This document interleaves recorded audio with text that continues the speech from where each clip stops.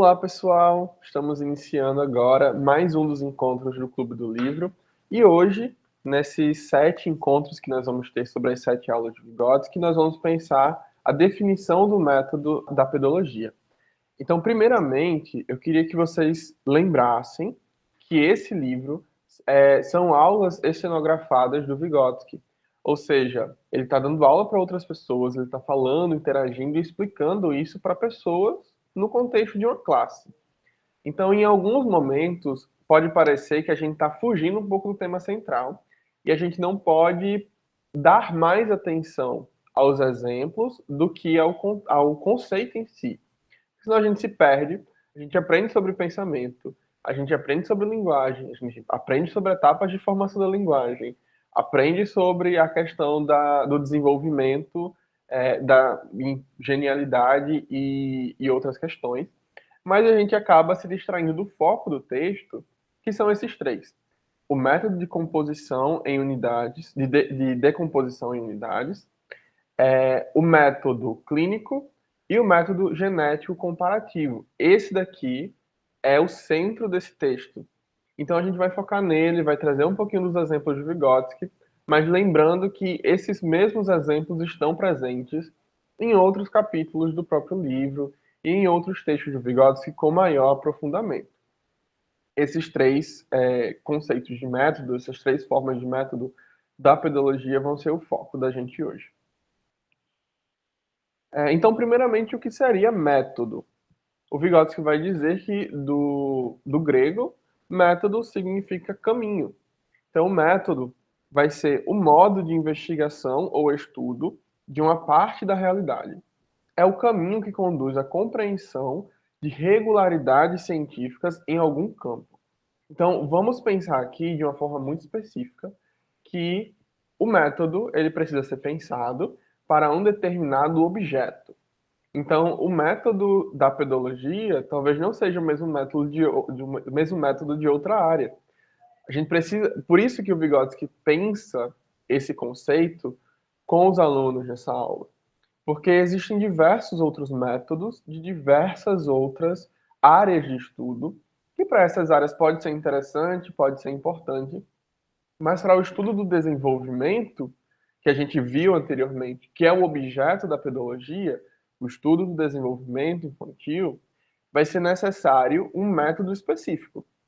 E para outras áreas, para outros objetos, vão ser necessários outros métodos de investigação. E aí o Vygotsky fala, né, toda ciência, incluindo a pedologia, tendo seu objeto específico de estudo, deve ter também o seu método ou caminho de investigação. Esse caminho é definido pelas especificidades do objeto, que é estudado por uma determinada ciência. Então é importante a gente também lembrar que aqui ele está partindo do método materialista histórico dialético. Essa é a base para a construção das análises desses outros métodos que ele propõe. Mas, a partir disso, ele cria derivações e também ele traz métodos de outras áreas, como, por exemplo, da medicina, quando ele vai trazer o método clínico, contrapondo com o método sintomatológico, e que isso também acaba fazendo parte do próprio materialismo histórico dialético. Né? Pensar como pegar essas outras ciências, incorporá-las e transformá-las de acordo com o nosso objetivo. E aí ele vai dizer, né, que esse método que ele traz é para o estudo da unidade do desenvolvimento. Então, o que seria essa unidade de desenvolvimento? Primeiro, a gente tem que ver o que não é essa unidade de desenvolvimento para poder entender. Então, ele vai trazer os métodos que não são utilizados. O primeiro é o método multilateral, que vocês podem ver muito no livro do desenvolvimento de Papalha. É um método multilateral. Ele traz diversas compreensões de diversas áreas de estudo, traz da fonologia, traz do desenvolvimento embrionário, traz a questão da maturação cerebral de outros órgãos do corpo humano, traz a questão da aprendizagem. Então, é um método multilateral, porque ele tem várias ciências ali junto que não são direcionadas a um único objeto, digamos assim. Então, ele vai estudar diversas partes separadas do desenvolvimento humano e vai integrar. E esse daqui não é o objetivo do Vygotsky. Daqui a pouco a gente vai ver qual é. Segundo, método de decomposição em elementos. Então, esse método, ele é a questão de você separar, cindir o seu objeto de estudo. Um exemplo clássico disso no Vygotsky é o pensamento-linguagem. Um método de decomposição em elementos seria estudar apenas a fala decomposta do pensamento e apenas o pensamento decomposto da fala.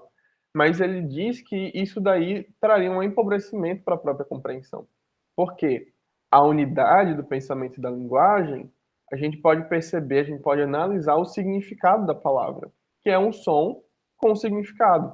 Se a gente separa o pensamento e a linguagem, a gente perde o significado na fala, porque o significado é uma questão do pensamento, e a gente perde do pensamento a sonoridade, a possibilidade de comunicar, e inclusive da fala internalizada. Então a gente não consegue pensar esse objeto de estudo de uma forma mais complexa, de uma forma coerente com a realidade, inclusive, que é dessas unidades que vão se realizando. Se a gente for pensar outros conceitos na abordagem, como de sistema funcional, que é esse processo no qual as funções vão se incorporando umas com as outras, a gente não vai conseguir entender isso separando, decompondo. Seria a mesma coisa se a gente for pensar, por exemplo, na neuropsicologia, acreditar que uma área específica do cérebro vai ser, por exemplo, a memória. Mas quando a gente vai estudar a memória dentro da abordagem, a gente vai perceber que ela tem relações ali com o pensamento, com a palavra, que vão possibilitando uma memória que é semântica, uma memória que é possível ser resgatada. Então, mesmo que haja uma área específica, a gente não vai estudar apenas aquilo separado. A gente vai estudar isso em uma questão de sistema. Então, quando a gente estuda um elemento separado, a gente empobrece a nossa compreensão desse objeto de estudo. E a terceira, que é o método que reúne unidades em todos os complexos. Então, esse método que reúne unidades em todos os complexos, ele acaba não conseguindo focalizar diretamente no que é estudado. Então, se a gente vai estudar o humano como um todo, por exemplo, eu quero estudar o pensamento e a linguagem desse humano, mas aí eu vou estudar o humano inteiro. Então, como que eu vou entender, a partir disso, a especificidade dessa relação entre pensamento e linguagem, se eu estou pensando questões que estão completamente distantes disso? Mais para frente, em outro contexto, ele vai falar sobre a questão do biológico e do social, que tudo poderia ser explicado por essa relação. Mas, na verdade, essa relação não explica nada, né? Ela apenas descreve dois elementos indispensáveis para tudo. Mas a gente não consegue analisar de uma forma precisa os mecanismos que estão atuando ali. Então, por isso que o Vygotsky vai pensar esse método de decomposição em unidades, né? Um método de decompor a unidade, não em elementos. Vamos fazer essa distinção. Agora há pouco a gente estava falando da decomposição em unidades, em elementos. Agora a gente vai falar sobre a decomposição em unidades, ou seja, que preserva as características desse todo que é analisado.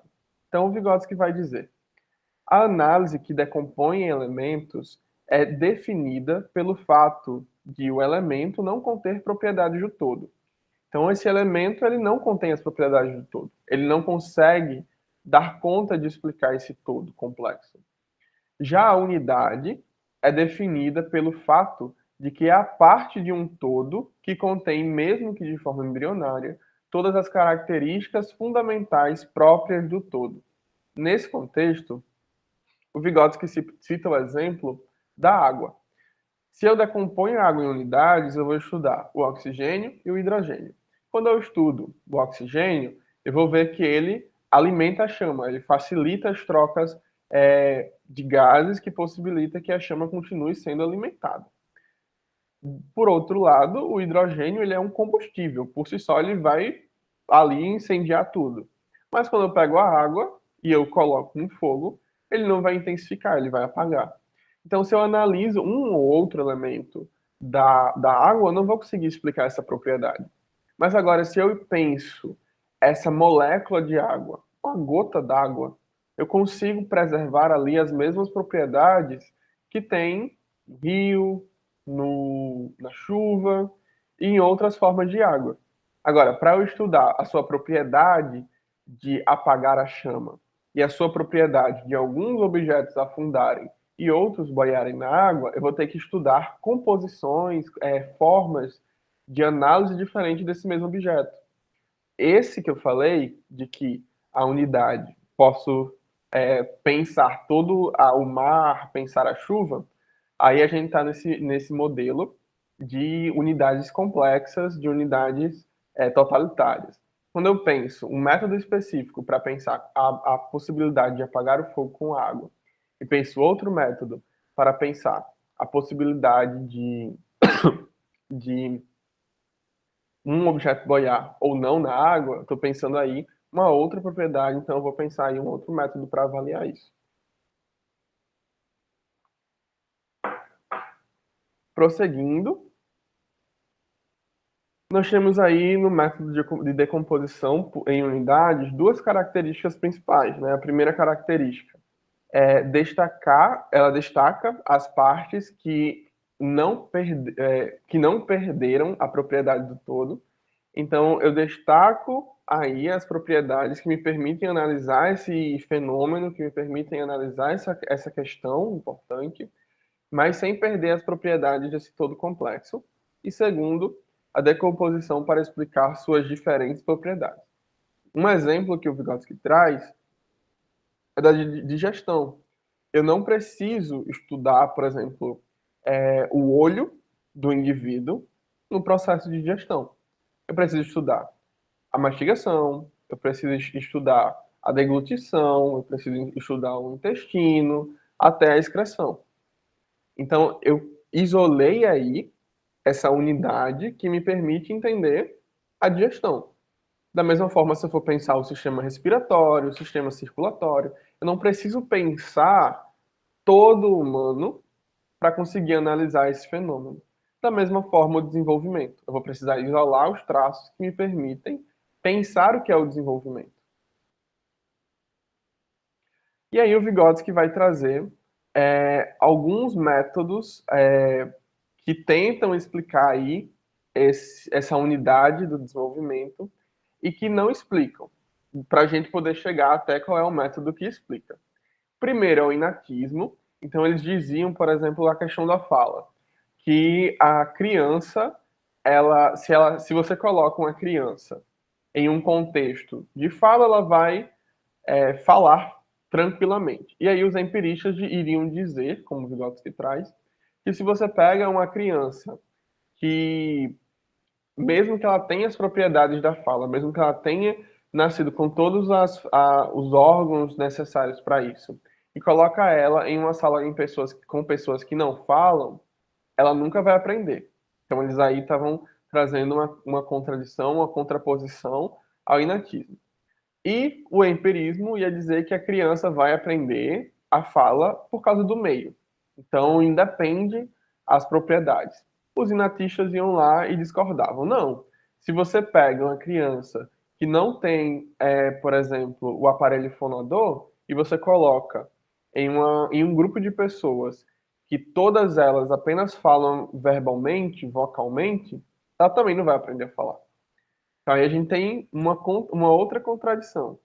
E nós temos aqueles que vão dizer que é uma díade, que é uma relação entre o inatismo e o empirismo, entre o biológico e o social. Porém, nós podemos pensar todos os processos humanos a partir dessa unidade, dessa relação. Então, a personalidade é biológica e social. A fala é biológica e social. O pensamento é biológico e social. Então, o que isso explica do desenvolvimento, da fala, do pensamento e da personalidade? São dois elementos importantes e essenciais para isso, mas que não explicam a fundo como que é esse desenvolvimento. Por isso, o Vygotsky vai trazer que é importante a gente pensar essa unidade do desenvolvimento. Ele diz: a influência de cada elemento do meio dependerá não do que ele contém, mas da relação que tem com a criança. O significado de um mesmo elemento do meio será diferente dependendo da relação com a criança. E aqui, no meu ponto de vista, o Vygotsky já traz o conceito de situação social de desenvolvimento. Por quê? Ele está falando que em diferentes momentos da vida da criança, ela se relaciona diferente com esse mesmo meio. Ele cita o exemplo, nessa parte do texto, de que a fala, no contexto de uma família, para uma criança de 1 mês, é o mesmo de uma criança de 3 anos. Mas a relação que a criança tem com essa fala é diferente com 1 mês e com 3 anos. E é também diferente com 1 ano. Então, com 1 mês, ela não vai entender o que está sendo dito, por mais que sejam as mesmas palavras. Com 1 ano, ela vai começar esse processo de internalização da fala, vai começar a entender o que essas outras pessoas estão querendo dizer, vai começar suas tentativas de se comunicar com essa outra pessoa, muda a relação da criança com a fala. E com 3 anos, ela provavelmente já vai estar aí conseguindo se comunicar. Ainda sobre a questão da unidade do desenvolvimento, o Vygotsky vai dizer: consequentemente, vê-se que, de novo, a unidade é crucial e não os elementos. Ou seja, a relação entre o momento do meio e as características da própria criança. Aqui a gente tem a unidade. A relação entre criança e meio. A unidade, como a Bozovich vai trazer em outros textos, a unidade organiza o meio, que acaba sendo trazido aí pelo Vygotsky nesse conceito de situação social de desenvolvimento. Se encontrarmos essa unidade, ela conservará em si o que é próprio do desenvolvimento da fala como um todo, ou seja, a relação entre os momentos do meio e os momentos pessoais, isto é, os que estão enraizados nas especificidades da própria criança. A partir daqui, o Vygotsky vai pensar o livro Pensamento e Linguagem. E nesse período ele realmente estava escrevendo esse livro. Se a gente for pensar nas datas em que essas aulas foram dadas. Ele está trazendo aqui, inclusive, o primeiro capítulo do Pensamento e Linguagem. Isso é importante para a gente entender, inclusive, a aplicação do que ele está trazendo aqui. Porque no texto, em Pensamento e Linguagem, ele vai trazendo a periodização do desenvolvimento dessa linguagem a partir da forma que a criança se relaciona com esse meio, que é diferente. Então, nesse período inicial, a linguagem é difusa, porque a criança ela ainda não consegue acessar os conceitos, ela ainda não consegue entender o significado por completo. Uma mesma palavra pode significar várias coisas, como, por exemplo, é, galinha, pode ser qualquer pássaro. Ou cachorro, pode ser qualquer animal de 4 patas. Por aí vai. Da mesma forma, ele vai pensar aí no primeiro desenvolvimento na primeira infância, que a criança começa a fazer diferenciações mais específicas, agrupar os objetos em grupos, e por aí vai se desenvolvendo um pensamento, essa relação entre pensamento e linguagem, que já é mais concreto, que já é mais específico. Então, não é algo mais difuso. E, posteriormente, com a inserção no contexto escolar, começa a se desenvolver os conceitos. Então, a relação vai mudando. A relação não só da criança com o meio, mas também do meio com a criança.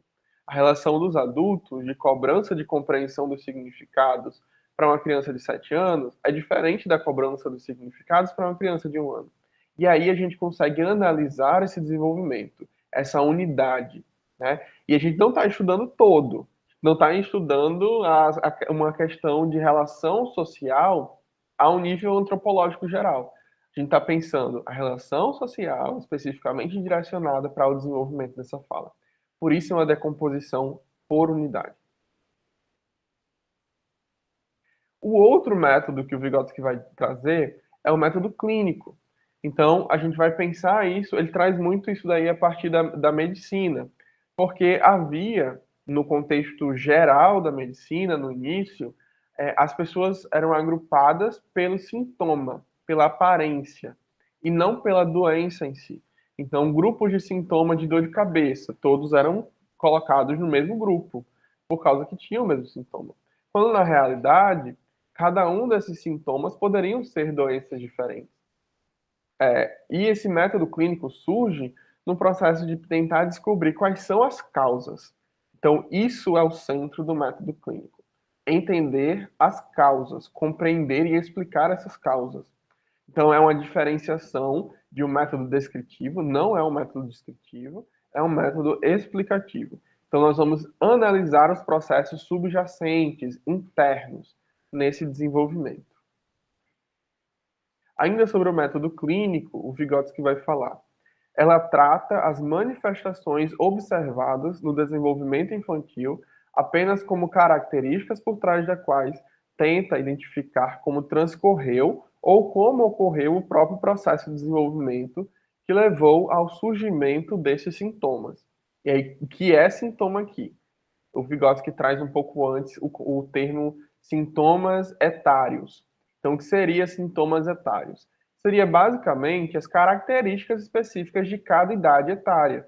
Então, eu preciso entender, como eu trouxe anteriormente o exemplo da fala, como que em uma determinada idade surge a fala por conceitos, surge esse sintoma dessa idade, entre aspas.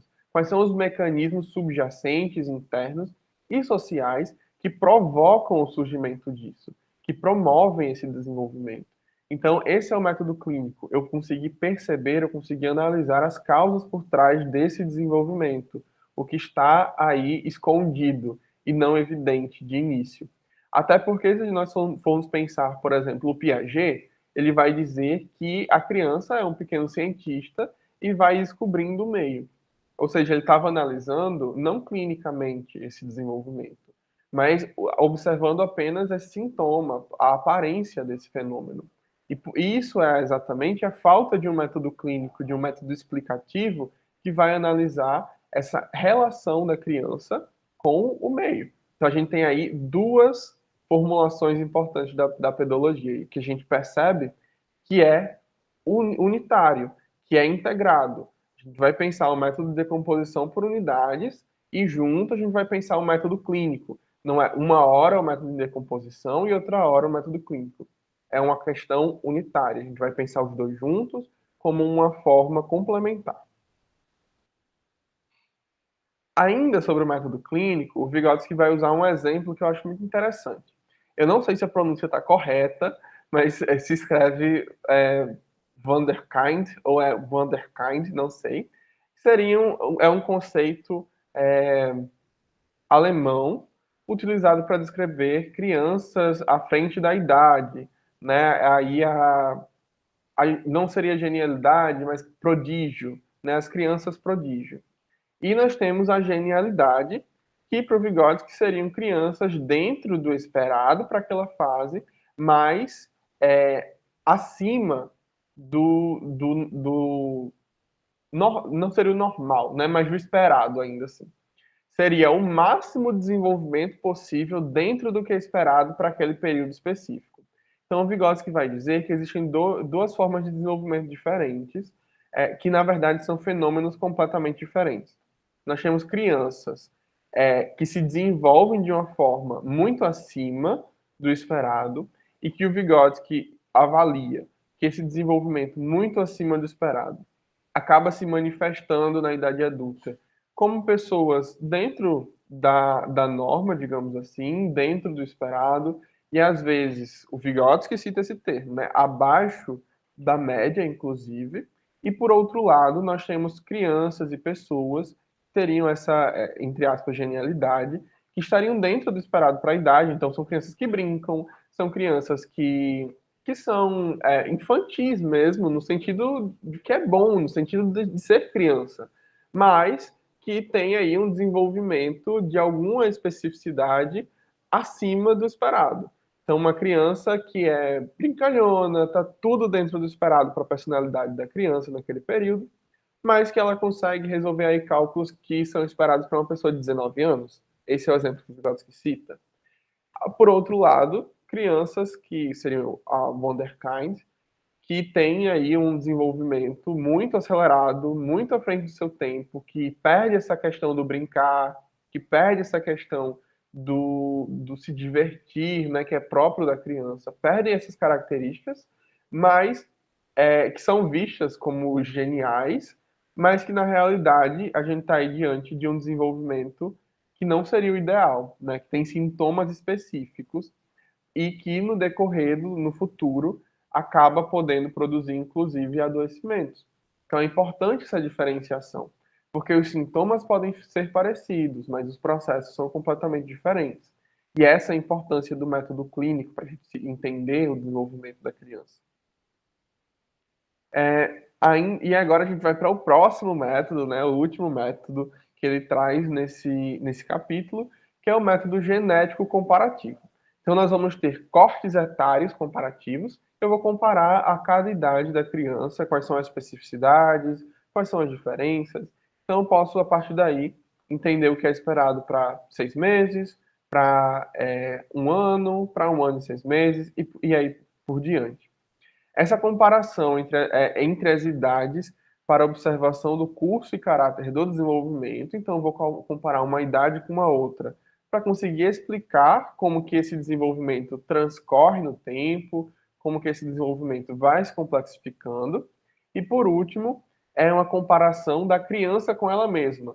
Então não é uma comparação de pensar, essa criança está acima, essa criança não é isso, mas uma comparação de pensar como foi o transcurso desse desenvolvimento para aquela criança e quais mecanismos ali subjacentes estão em ação para promover esse desenvolvimento, para proporcionar esse desenvolvimento. E a partir desse método comparativo, comparando uma idade com a outra, eu consigo entender como que está ocorrendo, qual foi a mediação que proporcionou isso, quais são as relações que estão provocando esse desenvolvimento, qual foi a mudança de relação da criança com esse meio. Então, mais uma vez, percebam, trazendo o método comparativo, genético comparativo, mas ao mesmo tempo a gente consegue trazer aí as questões do método clínico, a gente consegue trazer aí as questões do método de decomposição em unidades. Como eu disse anteriormente, eles são integrativos, a gente vai pensar eles em colaboração. E agora, apenas para revisar, né, porque eu sei que são muitos conceitos, para a gente pensar mais uma vez qual é o foco desse capítulo para o Vygotsky. O foco dele é o método de decomposição em unidades, onde eu vou pensar aí qual é a unidade complexa que compõe exatamente essa função ou esse objeto que está sendo estudado. No caso desse livro em questão, né, de 7 aulas, a gente vai pensar o objeto como desenvolvimento infantil, a gente vai ter o método clínico, onde a gente vai estudar esses sintomas etários para conseguir explicar esse desenvolvimento, para conseguir entender os mecanismos subjacentes que estão promovendo esse desenvolvimento, e o método genético comparativo, onde nós vamos pensar como que está ocorrendo esse desenvolvimento no transcurso etário de uma criança e no percurso etário da infância de uma forma geral. É isso por hoje. Até o próximo encontro desse Clube do Livro. Até mais.